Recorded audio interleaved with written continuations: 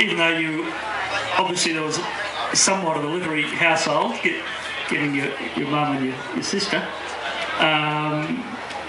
your interest was in maths, and you went in that area for a while, didn't you? When I finished high school, I went to the University of New England for 4 years, and there I was learning the mathematical side of things. And then I got a job at the end of that, and went to Adelaide. That's where the job was. That's how I ended up in Adelaide, using those skills, such as they were, to earn a living for 2.5 years. And it was in that time that all that time I was playing in bands around the North Tablelands and the north coast of New South Wales. And it was in that time in Adelaide that the interest in music took over from a more sensible course in life. Mm.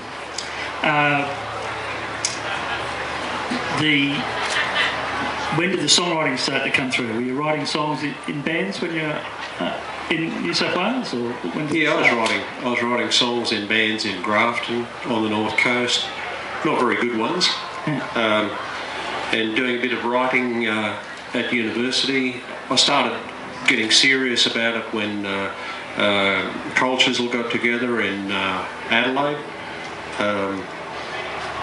Initially, I was the only one who was serious about it, although the other guys were always writing. And we weren't in the kind of clubs we were playing in weren't the kind of places where you play original music. Not if you're a local band. People were prepared to accept original music if it was a big band coming in from Melbourne or Sydney or overseas. But if you're a local band and you played original music, you considered to be a bit up yourself and a bit boring. And that was the kind of landscape where we started to introduce original songs into the set. With varying degrees of success, and still a lot of the songs weren't very good. They weren't as good as the covers, but we were gradually learning how to do it. Great bands don't happen by accident, usually. They happen by hard work. But you had some great musicians and great personalities. Was it immediately apparent to you there was something special going on, or was it incremental kind of thing as the band developed? No, we knew we were pretty arrogant about how good we were very early. And for a long time that arrogance was misplaced. But that's just the way that it is, when you're young and you're playing in bands, you think you're better than the rest of the world, and the rest of the world just doesn't get it. Even though, if we had to listen to what Chisel sounded like at that time, it wasn't very good, but we thought we were, and we knew there was extraordinary skills in the band. It was clear that Ian Moss was a great singer and a great guitar player. It was clear that Jim was a great singer, but it took us quite a few years to put that together, and for the band to sound as good as the parts. Yeah, and that's sort of a interesting motto of the story for anybody who's interested in music, really.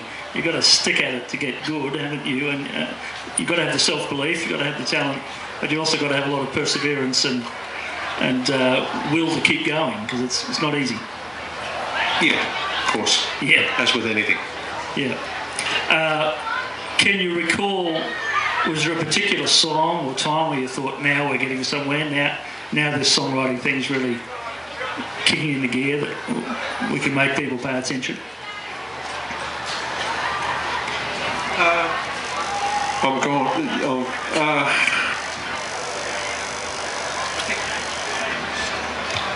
I think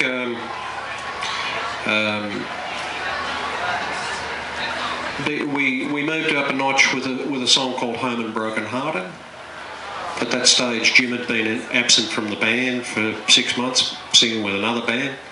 And then he came back into the band. We did Home and Broken Hearted. Another notch, we went up a few years later after we'd been recording, and we learned a song called Merry Go Round, which has always been, you know, great fun live.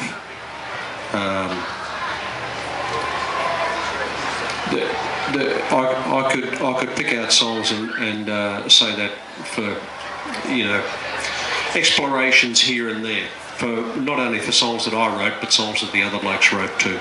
Yeah. One of the things you were doing, you told me this in the past, you're thinking about songs for Jimmy to sing. That's really what you were working at as a songwriter, weren't you? Jim and Ian. Yeah, yeah. How about that step up when you got to Sydney, you got into the studio? Were you ready for that? Because you made a great album. Well, we thought we were. We had a bunch of songs that we'd been cooking by that stage for about 5 years. Yep. Yeah. So we had we had a pretty ripe idea of what we wanted to do. It's the second album that's always interesting because you're doing that. You cook up the first album over 5 years. The second album you have to figure out in 6 months or 8 months. So the second album very much represents a real snapshot of how you're living at that time. And a great strength in a lot of bands is not just having one great songwriter, but you had other people starting to contribute songs fairly early on, and that helped strengthen the band too. Yes, when the other guys started writing. Did you have to encourage them? No, they caught the bug after a couple of albums. Yeah, yeah. Of your years with Chisel, was there an album where you feel you particularly nailed it and really felt you were at the level you wanted to be? Obviously the public was on board pretty well straight away.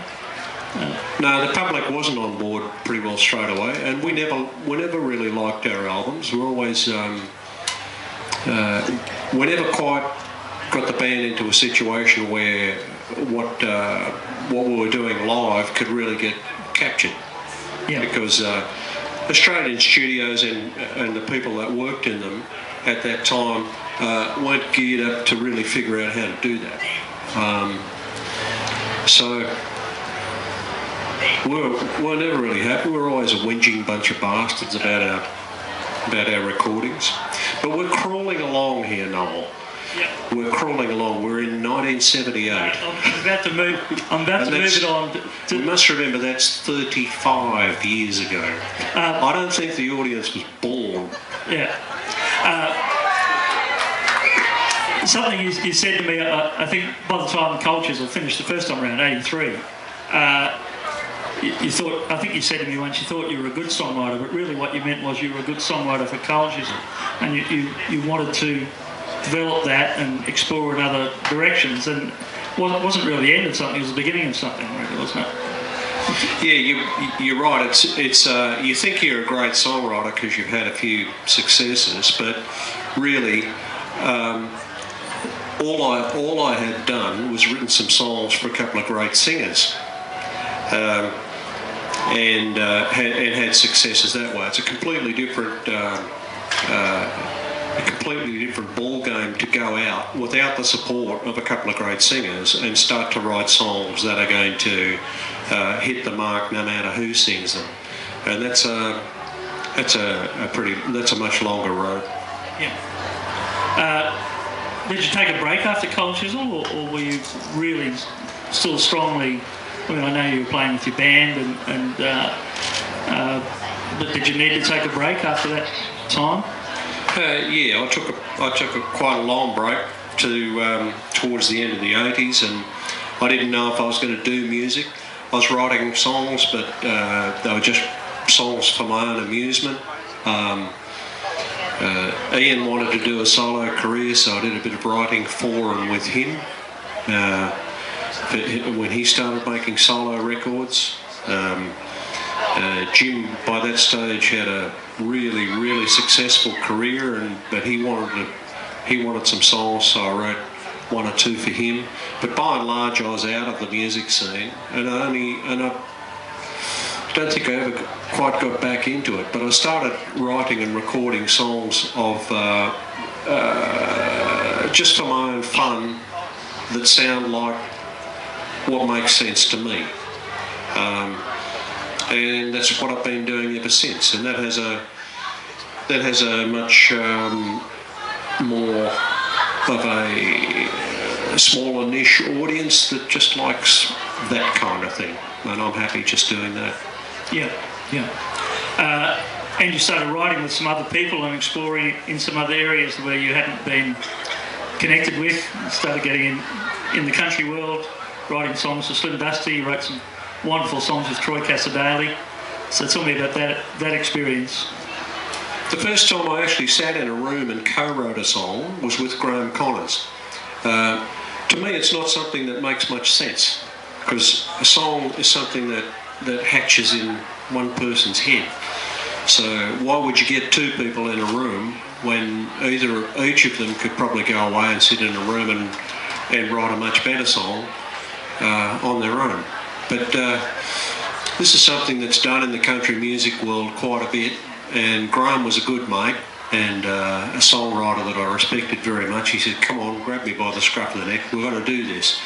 He said, "We've got to write a song for Slim."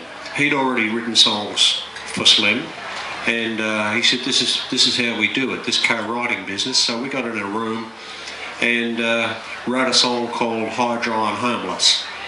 That just we figured if we could write something from our mutual country, childhood and teenagehood, that might strike a chord with Slim, plus the fact that Slim knew who Graham was. And so that went through, and Slim recorded that. That was the first thing that I wrote or co-wrote that Slim recorded. And that was the first time I ever co-wrote a song. And there were a number of others that are associated with Slim, Looking Forward, Looking Back, and Get Along, which might have been one of the last songs Slim did. When did you first get to meet him? First time I ever met Slim face to face was with my band at the time, Catfish. I'd recorded a song called Charleville, and somehow Slim and Joy heard it, and Slim decided to record it. And so he recorded it, and unlike me, he had a big hit with it. Yeah. And so then the next time, and when he recorded it, I found out where he was touring. He was touring somewhere up in North Queensland, and I sat down and wrote a letter to him, longhand, and sent it to him just to tell him how chuffed I was that somebody like him would record a song of mine that I had written, Charleville. Because I used to go and see Slim when I was a kid in at the Grafton show. That was when he was doing show tent stuff. And me and my brother lived out on a farm. We'd row the boat over the creek, get on our bikes, ride 8 miles into town, and go to the show. And Slim would have used to have a tent at the show where he'd do all his stuff, and there was other associated acts on, like whip crackers, and they'd throw knives at a lady, and all the standard stuff that you pay money to see. And so when he finally did a song of mine, for some reason I felt that good about it that I sat down and wrote him a letter, which caught up with him on tour somewhere. And next thing I knew, I got a call from Rod Coe, who was his musical director, and said, Slim wonders if you'd be up for doing a duet. So I jumped at that and went into the studio and sang some lines on the version that Slim had recorded, and then some cameras came in and we recorded the film clip that's been playing on country music television pretty much ever since. And so that was the first day that I ever met Slim, and the first day later on in the day that I ever met Joy, who came in later on to see what was going on, Slim with this younger fella. Had you spent much time in childhood? Was it straight from the imagination, or had you passed through? Or? No, I was at that stage. I was stuck in Sydney most of the time because you know, I had a little girl that I had to look after, and so she and I, this little girl and I, lived together. So occasionally in her school holidays, her grandmother would look after her, and I would just go for drives. Just go for long drives to get my head out of Sydney, and you know, try and figure out whatever. And one of the favourite roads I used to love to drive was to drive up through Bourke, across the border there, and drive up to Longreach, and just camp in little towns on the way and do nothing. I didn't know anybody, hardly used to talk to anybody. And it was on one of those trips that I was, having stayed in the pub. The other thing I always used to like to do was to stay in pubs rather than stay in motels. Try and find one of the old style 50s and 40s pubs that have accommodation upstairs. Often I'd be the only bloke in the pub, you know, at 3 o'clock in the morning. And so Charleville came after one of those nights where I actually stayed in this pub, and I was driving about 10 kilometres south of town the next day, and this song dropped into my head, and I had to swing the car around and go back and get some street names to put in the song. You didn't have an iPhone in those days to check the map. It was much better to have to go and do it yourself. Not only did you have the great fortune to play in one great band, it happened to you again around this time as well. Tex, Don and Charlie happened, and that was a beautiful couple of recordings and a great experience for you. Yeah, that was a kind of an accident. I was playing with Charlie. Charlie was in my band, playing you know, high volume electric guitar, and I forget how I hooked up with Tex, but we did a live to air thing just as a one-off thing on the youth radio station Triple J.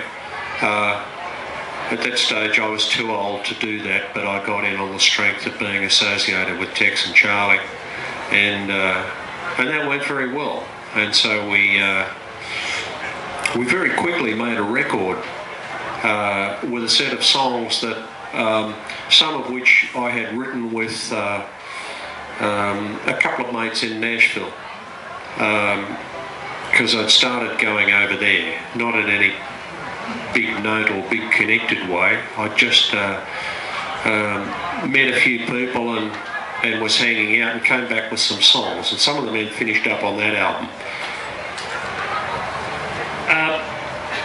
I know you told me once, like a lot of people, you had a very eclectic sort of musical taste growing up, all kinds of different records. Did you have an interest in country records or country music, or was there anything in there early on that attracted your interest? Well, I grew up on a farm in the 50s and early 60s, so it was inevitable that I mean, most of what we were interested in at our age was early rock and roll, first generation rock and roll. But when that leaked over to country, in particular, you know, Johnny Cash was a kind of a country guy who played rock and roll, but he had like a rockabilly snarling attitude, which is really appealing to people of our generation. I was a bit young.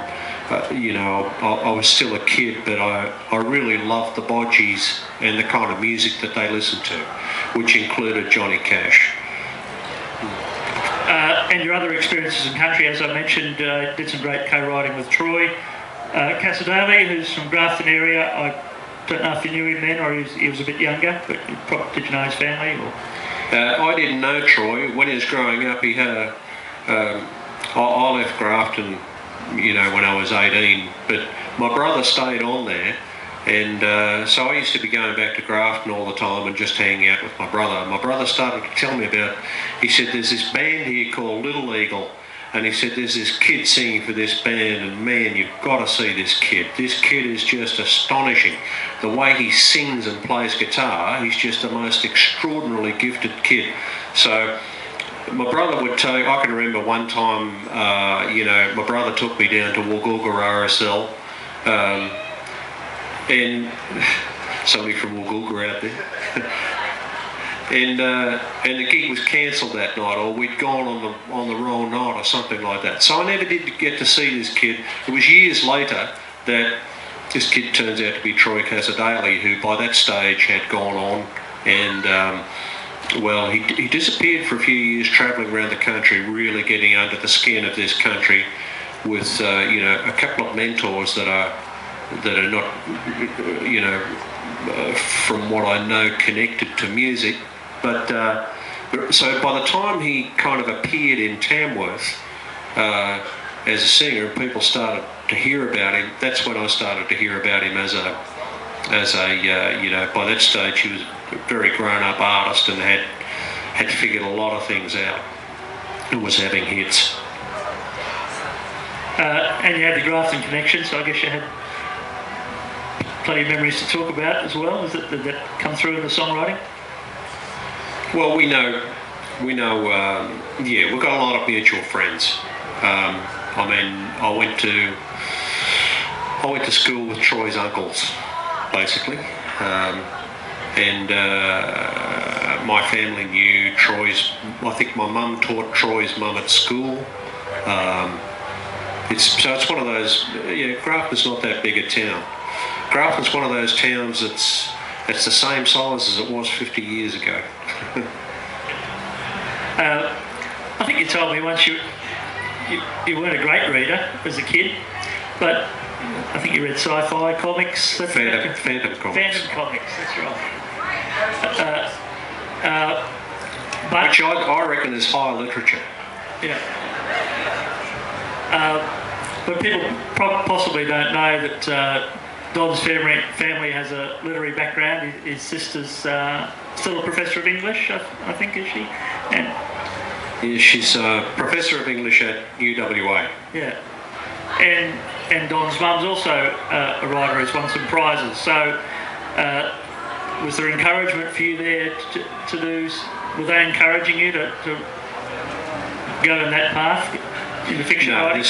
No, what I'm doing in bands had nothing to do with literature, and it still doesn't, I don't think. But no, I think they were pursuing, serious, the serious end of things, and what I was doing was seen not only by them but myself as being, going through some kind of lost extended adolescence. And it's just extended this long. But you did, a beautiful thing that happened was Don eventually did write a book, a great book called Shots. And that was, did you find that, I don't think you started setting out to write a book, did you? Or you just started setting out to see what you could write. And a very different thing to writing songs. Yeah, I was just writing for the fun of it, and I started. If I was sitting down to write a song, I started getting in the habit of just getting a sheet of paper and just banging a whole lot of stuff down on a sheet of paper, memories or ideas or rants or raves or things I saw on the TV, usually a political thing or something like that made me cranky. The night before, I could just pour a rant down onto a sheet of paper or a memory, and these started to accumulate. And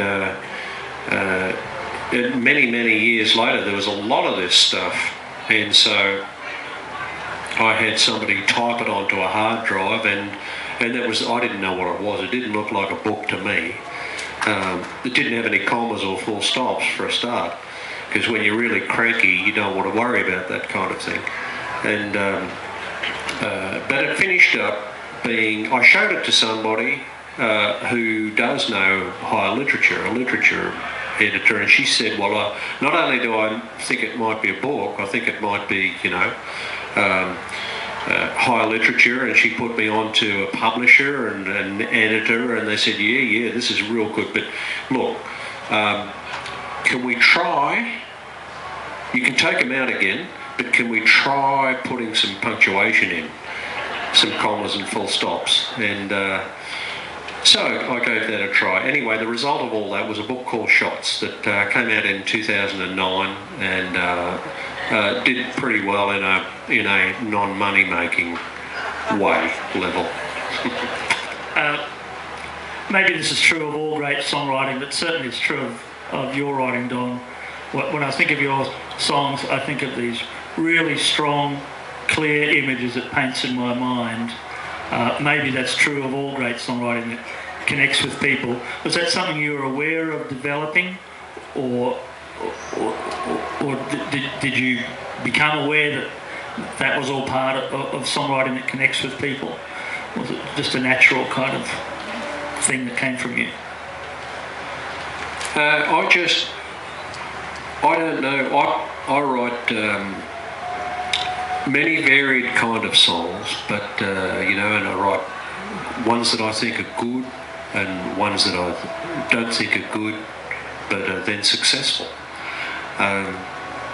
But at the root of it all is just sitting down, trying to connect with yourself and have some fun with a lazy hour or two in an afternoon while I have a smoke. And whether that ever gets recorded or anybody ever hears it is the last thing on my mind. It's really just something to keep me sane. And everybody has that in the pressures of life. Everybody out there has a little thing in their lives that they do, that they look forward to in the day or the end of their week, where they can just get alone in their head and do something. It might be collecting something, might be attending something, or might be tinkering with something if you're into cars or something like that. These are the things, little things that we hold close to ourselves to keep us from, as I've said before, climbing on top of a shopping centre with a high-powered rifle. And for me, it's just mucking around with a piece of paper in a nothing place and having fun with words and songs in my head. That's all it is. It's no more serious than that. But I know writers and creative people that they're not usually happy unless they're writing and creating somehow. You're drawn back to it. It's part of you. There's a compulsion to do it because I think there's probably something in the back of your head goes, I'm not particularly, something's not quite right unless you're doing that. Would you agree with that? Yes, it has like a healing effect to do that.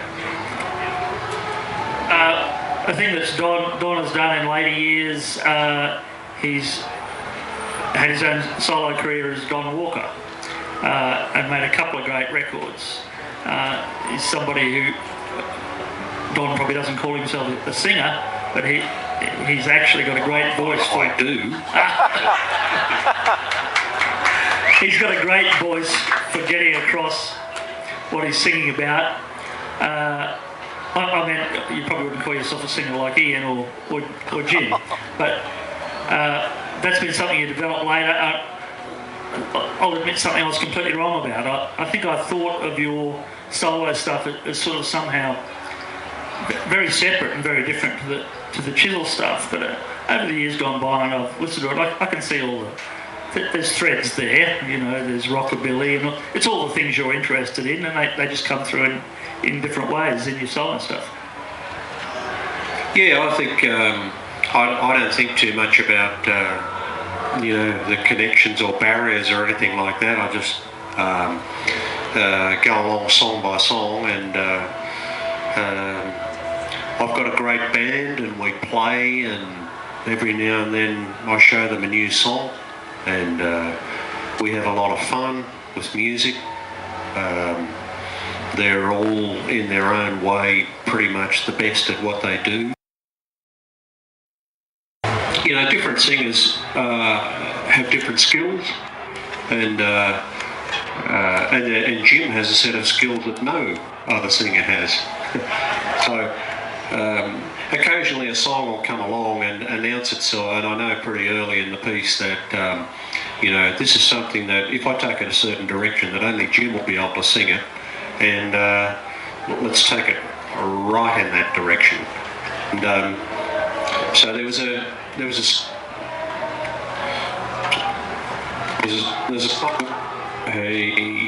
a song I was writing at Gloria Jean's in Edgecliff one afternoon, because I'd seen this bum standing outside the train station there and watching all the people in their suits and briefcases and you know, their power skirts going through to the train to head into the city.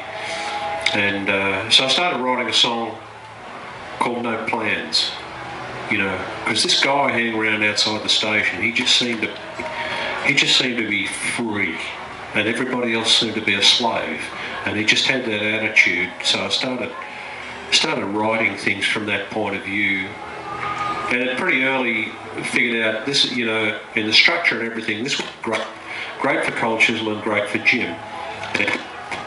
So I had a first verse, and I thought, well, what would you like Jim to sing now?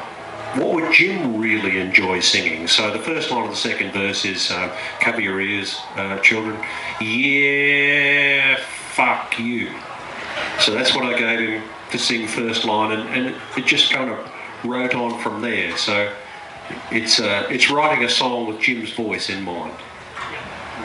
And I'm sure for no other reason than this, there are many reasons why doing Cold Chisel again was enjoyable, and you made a couple of great records, and you lost Steve Prestwich, who was a really vital part of the band and a great guy, and I'm sure at least you're very pleased that No Plans got made, and I think there's a song from Steve on there, isn't there? One last song. Yes, there's one song that finishes off the album No Plans, but Steve played on a couple of songs because we did some recording sessions in 2010 before he passed away. He played on the single All For You, which was the first single that we put out in that reunion. And then we lost Steve, and we didn't know what to do, whether it would be, you know, sacrilegious to do anything at all for a few months. And then we decided that we would give it a try, see if we could finish off some recording with Charlie Drayton drumming. And Charlie is in New York, but a long-time friend of ours. And so he came out and we continued with Charlie, which was difficult at first. It took a lot of work. Charlie was fitting into, you know, the way that the five of us had played together for, at that stage, nearly 40 years. It's very difficult to miss one and for somebody else to sit in that seat. It takes a fair bit of adjustment. But Charlie did that very well. That's an ongoing exercise. We finished that round of that reunion and that album mid last year in a club in Manchester in the UK after playing at the Hyde Park Festival in London. But we're going to do some more. We started writing songs for doing something maybe a year down the line from now. Fantastic, great news. Hully Gully, I want to talk a bit more about that. A thing that really particularly struck me about it, and there's always going to be great songs on it, Don Walker's the songwriter, but it's a fantastic sounding record, a really beautiful record. I think you had it, Joe Henry mixed it, that was part of it, but you worked with a number of great people getting that sound. Joe Henry was one part of the chain, but that was just part of it. Well, I had... it's a great band, and we've been together for, we haven't had a lineup change now since I think 2007. There are a number of people in the band that would be well known to a country audience. Glenn Hammer's playing guitar, Roy Payne's playing baritone. Michael Vidal is playing bass. On this trip up here, our normal drummer Hamish Stewart is busy doing a jazz thing, so we've got Buzz Bistrop playing drums with us on this trip. We're doing a show in the Blues and Roots Bar at 6:30 tonight. So it's a great bunch of musicians to get into a studio with a song that they know, and we all do it together with the singing. There's quite a few songs on Hully Gully that are first or second take, and we do it in studios where they record to tape, and where they have engineers who know how to do that, and in fact delight in doing that. We did the last recordings, the last 4 songs were recorded at Rancom Studios with Ted Howard Engineering last October, and Ted does a lot of country stuff, and a lot of country stuff is done in that studio. All of Lee Kernaghan's stuff is done there. I hadn't been in there before, but a number of the other guys had recorded there a lot. And then we had the album, once I realised that I had enough songs to put together an album, I had it mixed by Joe Henry and a great engineer called Ryan Freeland in Pasadena. And we did that last November. A lot of things have changed in the music world, a lot of technology's changed. Not all that's, most of it's not for the better, I think, in terms of recording. You're a man who still believes in tape and in takes. That's something that holds very true in country music. I don't think there's that much, maybe there's some country music that's stitched together digitally, like they stick together pop music these days. Something goes missing in all that recording, don't you think? In the modern sort of digital domain. There's too much choice. If you've got unlimited number of Pro Tools tracks in front of you, it's very easy to get distracted. It's happened to me. I got into computer programs and sampling in the late 80s, and one night at 3 o'clock in the morning in my room, while the little girl I spoke about was sleeping upstairs, I found myself building a piano part with a mouse. And I thought, this is just stupid, I've got a piano in the next room, I'm a piano player, and I'm building a piano part on a computer with a mouse. And that's just because you can. So it's not good for me, and I think it's not good for a lot of people. But like everything, it can be good for some people. There's no question that there is great music that's made like that, but not me.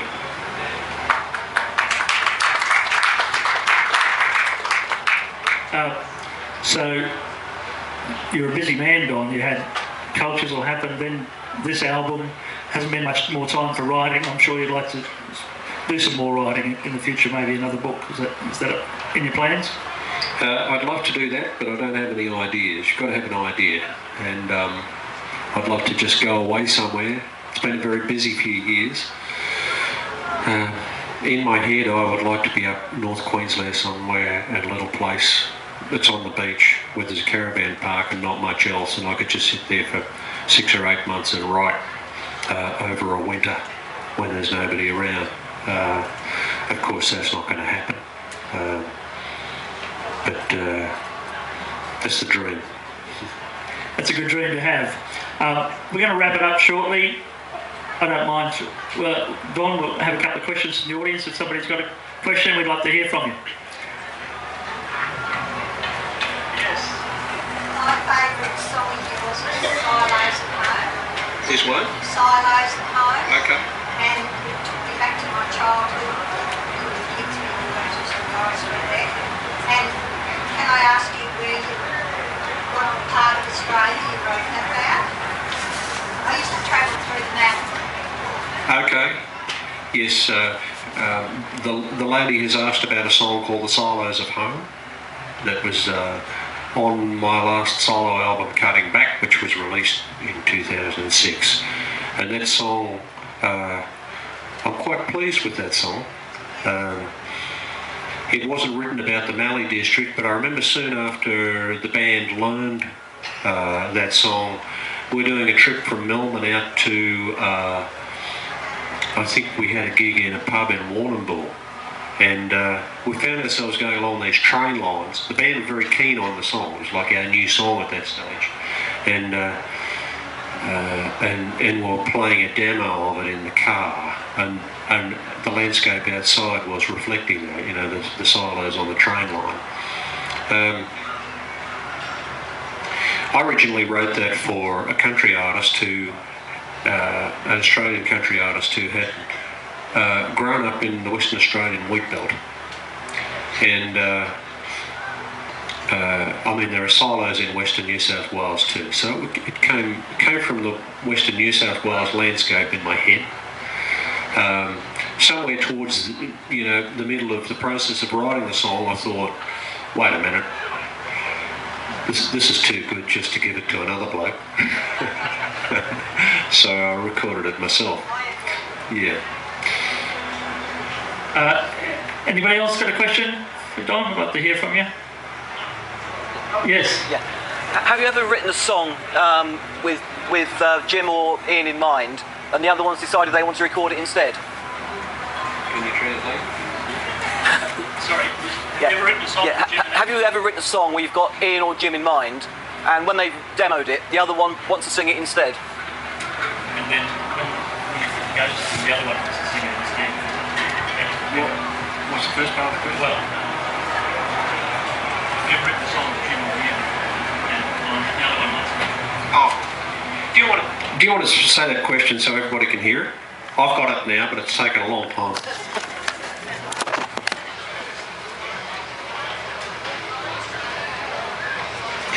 Yeah. Have you ever written a song that originally was meant for Jim or Ian, and the other ones heard it and they decided they would like to sing it instead?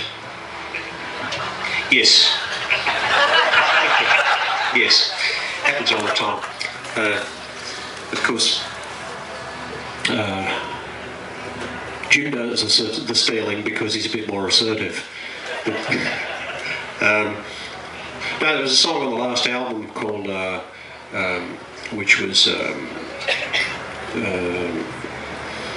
it's a song, it's called Missing a Girl, which I wrote in Tullamarine Airport, where I was sitting at an airport bench in Tullamarine Airport, and the planes were delayed, and I wrote most of that song there, and I always pictured it as something that I would take to Ian, and I made a demo of it with,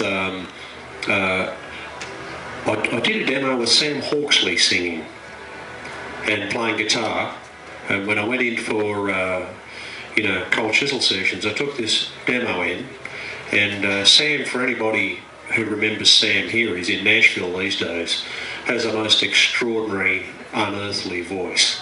And so put this song on, Missing a Girl with Sam singing, and Jim was just up there, you know, sitting up straight.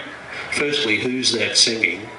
Secondly, I want this song, and he had that song learned, and we had it recorded pretty fast as a demo. And that demo, which we did very quickly, is the recording that finished up on the No Plans album.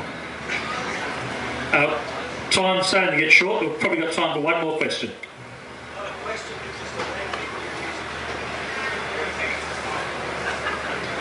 Sorry, say again? Oh, that's not a question. That was thank me for my music. No worries. All right, we've got one more and then we'll wrap it up.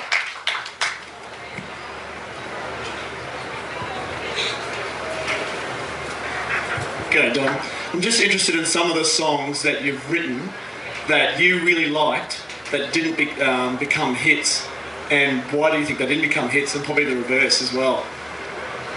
You can find those CDs at the